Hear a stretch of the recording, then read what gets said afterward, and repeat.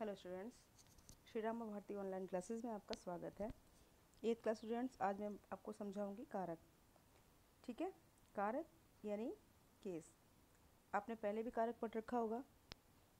आज आप देखिए कारक में कारक क्या होता है। कारक का शाब्दिक अर्थ क्या है? क्रिया को करने वाला, राइट। तो प्रत्येक वाक्य में प्रयुक्त संज्ञा सर्वनाम पदों का क्रिया के साथ संबंध होता है।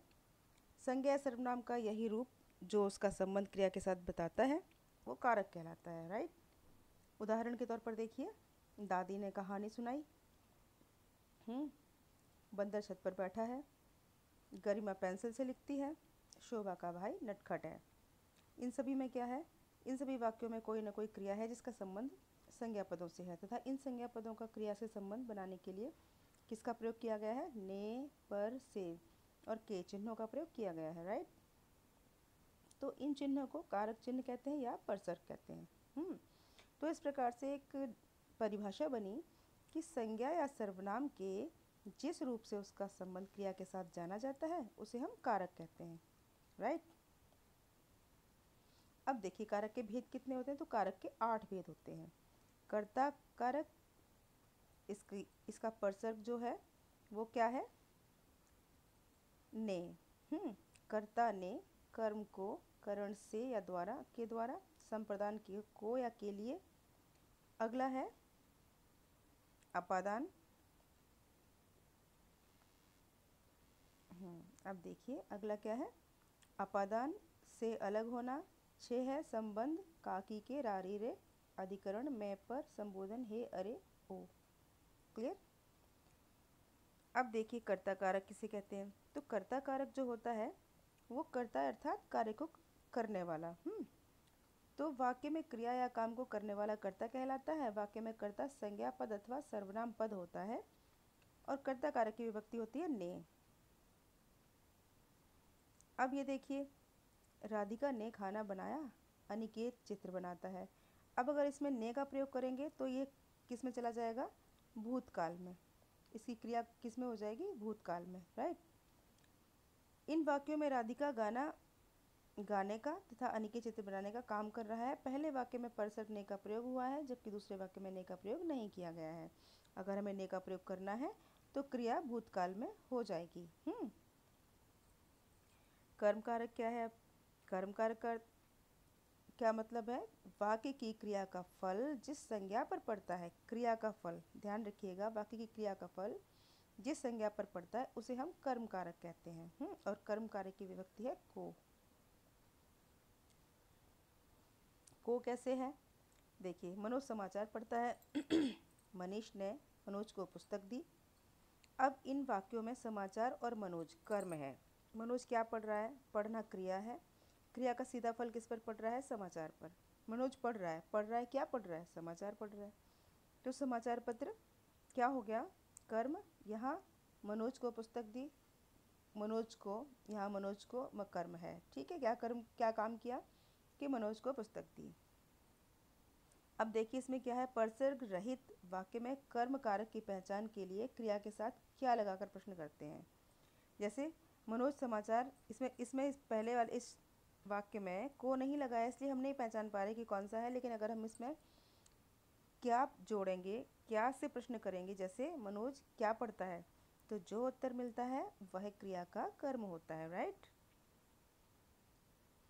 आगे देखिए, करण कारक। करण कारक क्या है? करण कारक की विभक्ति चिन्ह जो है से के द्वारा है। करण का अर्थ है साधन, अर्थात जिस साधन द्वारा क्रिया की जाती है उसे करण कारक कहते हैं, राइट। करण कारक की विभक्ति है से या के द्वारा।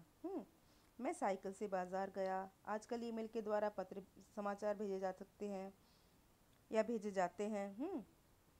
तो इन वाक्यों में साइकिल, ईमेल, ये क्या है? करण कारक है, क्योंकि इनके द्वारा काम हो रहा है, क्रिया इन्हीं साधन के द्वारा हो रही है। और करण कारक की पहचान के लिए वाक्य में किससे लगाकर प्रश्न करते हैं तो उत्तर मिलता है जैसे। उत्तर क्या मिलता है? मैं साइकिल से बाजार गया। मैं किससे बाजार गया? साइकिल से। आजकल किसके द्वारा समाचार पत्र भेजे जाते हैं? ईमेल के द्वारा। ठीक है। अब आ गया आपका संप्रदान कारक। संप्रदान कारक में क्या है? वाक्य का कर्ता जिसके लिए कुछ काम करता है या जिसे कुछ देता है वो संप्रदान कारक में आता है। इसकी विभक्ति भी को है और के लिए है, लेकिन को में ध्यान रखिएगा, अभी मैं आपको आगे इसके अंतर बता दूंगी। तो इसमें क्या है, गरिमा ने महिमा के लिए उपहार खरीदा, गरीबों को वस्त्र दे दो। एक तो यहाँ तो के लिए आ ही गया है तो संप्रदान कारक है, लेकिन यहाँ गरीबों को दे दो, दे दो मतलब है यहाँ दान करने की भावना है, कुछ देने की भावना है। ध्यान रखिएगा, जहाँ दान की भावना आती है ना वहाँ पर संप्रदान कारक होता है। अब देखिए विशेष क्या है, संप्रदान कारक में हमेशा दान का भाव अर्थात किसी को जिसको कुछ दिया जाए, इसकी पहचान के लिए क्या होता है, किसको किसके लिए प्रश्न करते हैं तो आपको उत्तर मिलता है, वो संप्रदान कारक होता है। राइट। अब अपादान कारक, अपादान कारक में क्या है, अपादान कारक का मतलब है से, इसमें भी चिन्ह जो है से ही है, लेकिन इसमें अलगाव के लिए, अलग होना। तो वाक्य में संज्ञा सर्वनाम के जिस रूप से पृथक होने का भाव हो, पृथक मतलब होता है अलग होना, या तुलना का भाव हो, या भय का भाव हो, या भय का भाव हो, वहाँ पर अपादान कारक होता है। अपादान कारक की विभक्ति है से। क्या है, से। नल से पानी टपक रहा है, नल से पानी टपक रहा है, पानी अलग हो रहा है।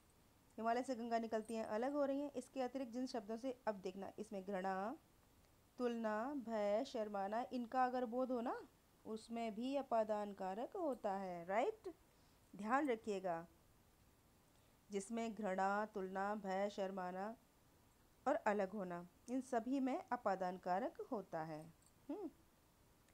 तो ये सॉरी, ये हो गए आपके अपादान कारक। ये इसमें देखिए आपको ये जो एग्जाम्पल दिए हैं ध्यान से पढ़ लीजिए। मैं गंदगी से घृणा करता हूँ, मैं स्मृति अंकिता से शांत है, तुलना हो गई, यहाँ घृणा हो गई।